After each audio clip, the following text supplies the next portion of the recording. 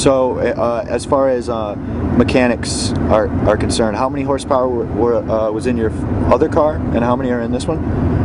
We were about 480 horse in the other cars, and this car here is about 620. Oh wow. Okay.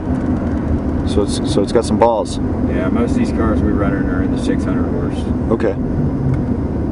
That's what I'm saying. Those, even the UARK or the UARAs, the ASAs, stuff like that. Those are crate motors. Those are 350, 400, 4 1/4, 425 horse. You know?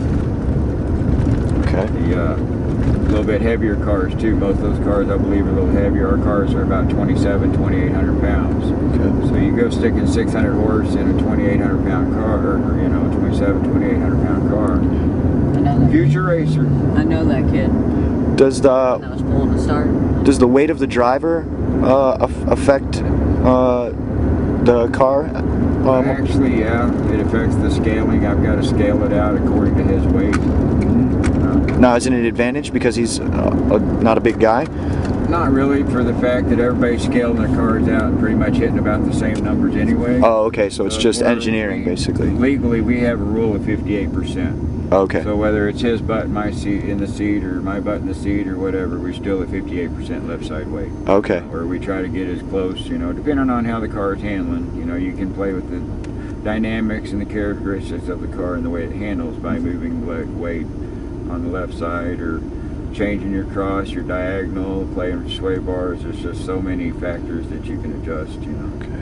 And now Cody does all of that himself, or you work out the logistics and he... We are a two-man team. Two-man team, so you guys do it all. We're against guys with 5-member teams, paid crew chiefs, paid team members, paid tire changers, shock experts, tire experts. It's me and Cody. Cody gives me the feedback. He drives the car and he says, "Dad, it's loose," and I'll do my thing. I'll start adjusting on it.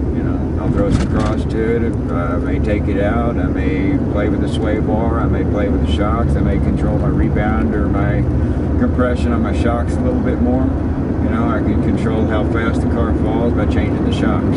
Okay. I can control how high it stays up. Just so many aspects you can change. But anyway, basically he tells me what he's feeling. We've done it so long. We've got such a communication. He can tell me on the radio what it's doing. I come back in. He can pretty much, he's wrenched on these things long enough. Yeah, he pretty much uses me as a sounding board.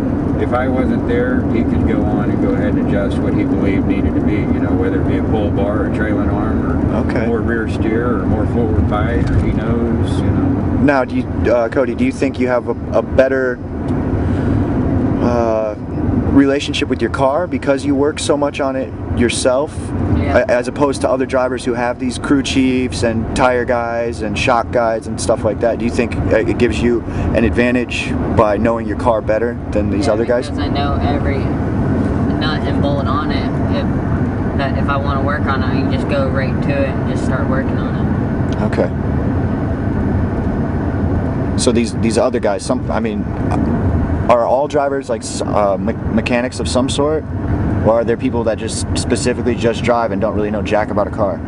There's quite a few out there. It seems that they really, or they've gotten into it later in life. They've acquired some money, or like everybody else, they've worked hard. They've mined their P's and Q's, and now they've got a little bit of money. Now they want to go race. Well, honestly, man, it's hard to beat 11 years worth of racing experience. I mean, granted, he's 15 years old. He still has 11 years experience. Man, 11 years of experience is 11 years of experience. I don't care if you started at, 15 and now you're 26. That 11 years is 11 years, Right. And he's so quick and he's so smooth. His whole life we prided ourselves in being smooth. Mm-hmm. He's seen this right here a million times.